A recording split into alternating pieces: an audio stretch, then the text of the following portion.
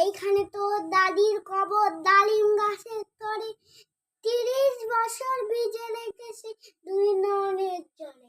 এতটুকু তার ঘরে এনেছিল সোনার মতন মুখ, পুতুলের বিয়ে ভেঙে গেল বলে কেঁদে ভাসাইতে।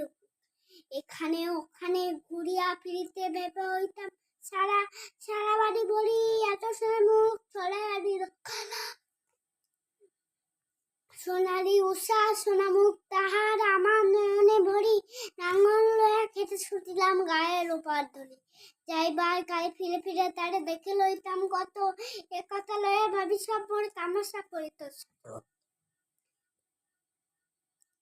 এমনি করিয়া জানি না কখন জীবনের সাথে মিশে ছোটখাটো তার হাসি বাতা মাঝে হারা হয়ে গেছে।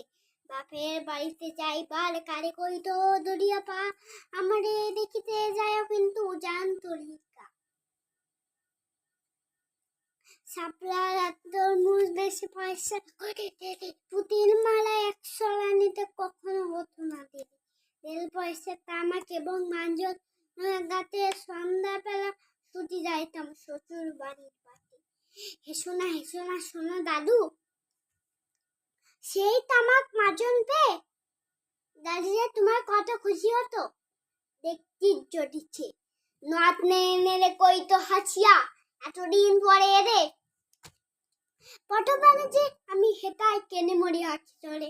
আমার সারিয়া যায় এত ব্যথা কেমন করিয়া হায়, কবর দেশেতে ঘুমায় রেখেছে দুই নয়নের জলে।